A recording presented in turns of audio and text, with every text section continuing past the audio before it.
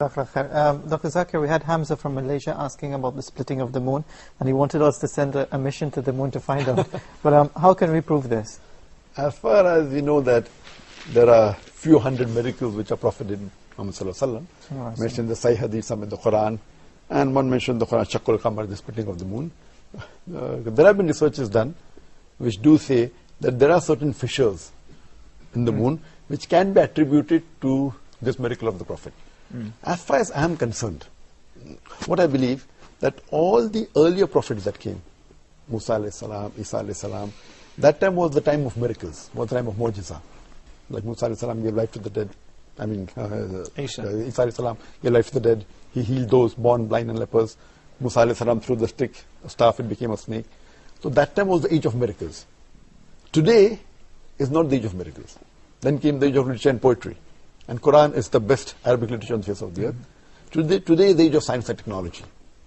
What I prefer, that all these miracles, though they are mentioned in the Sahih Hadith, a Muslim never boasts of it.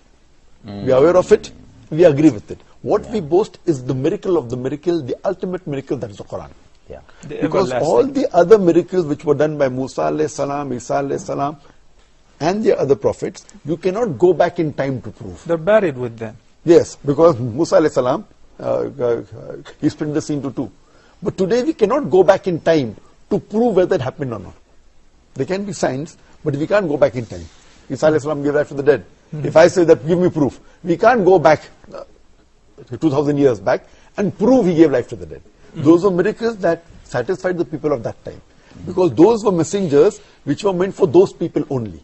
But Prophet Muhammad sallallahu alaihi wasallam, he was not a messenger only sent for people of that time. All the earlier messengers were sent only for those people and for that time. And the message was supposed to be followed in totality till a particular time period. But because Prophet Muhammad sallallahu alaihi wasallam, he was not sent only for the Muslims or the Arabs, he was sent for the whole of humanity. And his message was not only meant at that time, it was meant to be followed till eternity. Therefore Allah subhanahu wa ta'ala gave him a miracle, the glorious Quran, which can be proved, which could be proved that time, can be proved today, and can be proved inshallah even in future. So I normally don't pay so much importance on this. Though I do agree in the miracles of the Prophet, but when I have tried to convince a non-Muslim, I don't use them. They may be as a last resort, or just as an ancillary thing. What is Quran? So I say, okay, let's analyze today, if we put the test of science to the Quran.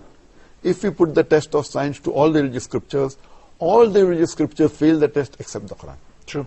SubhanAllah. So with the help of the Quran, for example, Big Bang I spoke earlier. Who could have mentioned that? You know, what we discovered recently. Yes. What I tell to an atheist, whenever atheist comes and says, I don't believe in God, I congratulate him. People say, why am I congratulating an atheist? The reason I'm congratulating him is because most of the other human beings, they are doing blind belief. He is a Christian because father is a Christian. He is a Hindu because father is Hindu. Many Muslims are Muslim because father is a Muslim. Yes. So this atheist is thinking, that, he may be coming from a religious background. The reason I congratulate him, because he has said the first part of the Islamic Shahada, La ilaha, that there is no God. The only thing I have to do is Allah. So it's a half congratulation. It is not a full one. Oh, yes, congratulations, because half my job is done.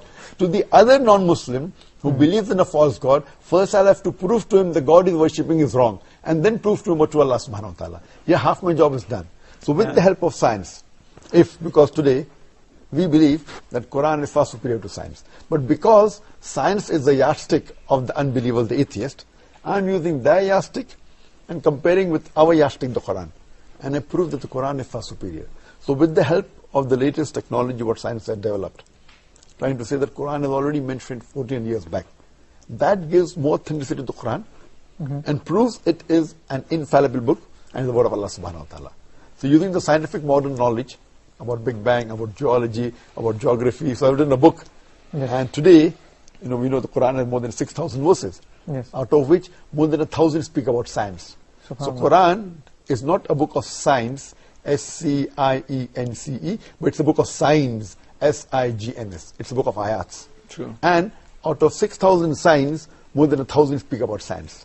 So this way, mashallah, if you hear my talk on Quran, modern science, very interesting. We can prove to a non-Muslim the existence of Allah subhanahu wa ta'ala, as well as Quran is the miracle of miracles. So what we boast is about Muhammad sallallahu alaihi wasallam. That is the reason Allah says in Surah Ankabut chapter 29 verse 48 that we made the last and final messenger an ummi, so that the blabbers of vanity will not take an excuse that he wrote the book. SubhanAllah.